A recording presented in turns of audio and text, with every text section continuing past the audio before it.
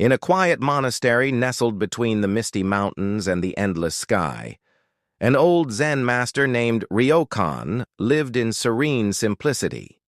He had no possessions beyond a tattered robe, a wooden staff, and an earthen bowl. Yet his presence was like the wind, formless, invisible, yet profoundly felt. One day, a restless young man named Daiki arrived at the monastery, his mind burdened with endless questions. "Master," he said, kneeling before Ryokan, "I have studied many teachings, but I still do not understand the path to enlightenment. Tell me, what is the true way?" Ryokan smiled and pointed toward the winding road that led down the mountain. "That is a path? I do not mean a road," Daiki said, frustrated. "I mean the spiritual path, the way to enlightenment." Ryokan nodded. "Ah, that path." He stood, motioned for Daiki to follow, and walked into the surrounding forest. For days, they wandered through the wilderness, across rushing streams, under towering cedars, through open meadows where the wind carried the scent of blossoms. Daiki was perplexed. They had spoken little, and each time he asked about the path, Ryokan would simply smile and continue walking. One evening, as they sat by a fire beneath a sky full of stars, Daiki's patience broke. "Master, why do you not answer my question?" Ryokan stirred the embers with a stick. "Daiki, have you not been walking?" "Yes." "And have you not been here, in each moment feeling the wind, hearing the birds, seeing the trees?" "Yes." "But then tell me," Ryokan interrupted gently, "at what point in our journey did we step onto the path?" Daiki frowned, thinking hard. He could not answer. Ryokan chuckled. "You see, the path is not something you enter, and enlightenment is not a destination. There is no place to reach. There is only this moment." The words sank into Daiki's heart like pebbles, sinking into a still pond. That night, he lay awake beneath the vast sky, listening to the universe breathe. The next morning, Ryokan led him to the edge of a great cliff overlooking the valley below. The sunrise painted the world in hues of gold and crimson.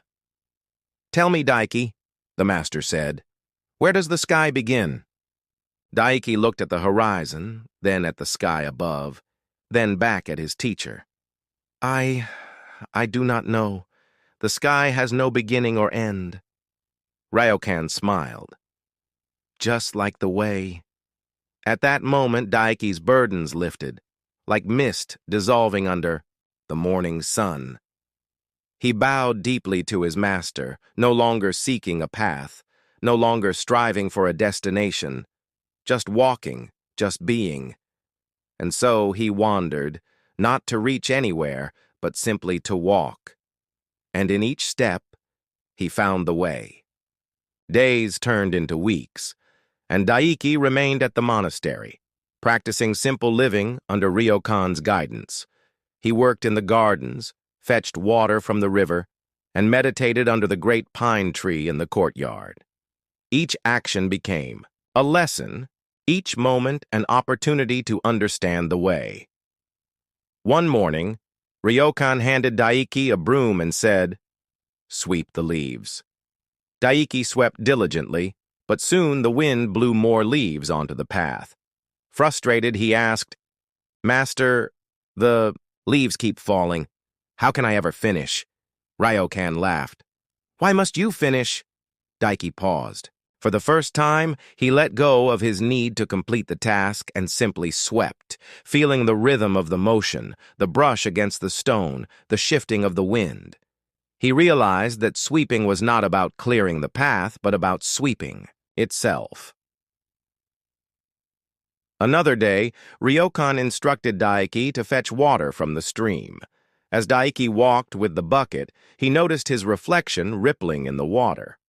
"Master," he asked, "why does my reflection disappear when the water moves?" Ryokan replied, "Because you try to see it.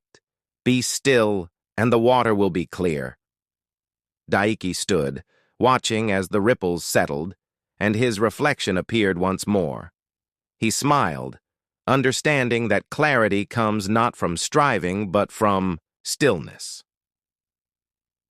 Seasons passed, and Daiki continued to learn through silence and action. One winter morning, he found Ryokan gazing at a single snowflake melting on his palm. "Master, why do you watch the snowflake disappear?" Ryokan answered, "Because it is doing what it must, without hesitation."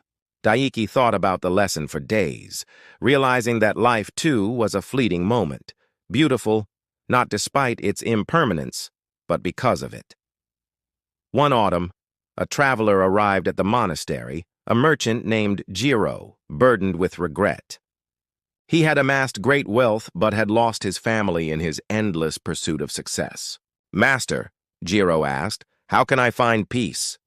Ryokan handed Jiro a cup of tea, pouring it until it overflowed. "Master, stop!" Jiro exclaimed. "The cup is full." Ryokan smiled. "Just as your mind is full of past regrets and future worries, how can peace enter if there is no space?" Jiro bowed deeply, understanding that to find peace, he must first empty himself.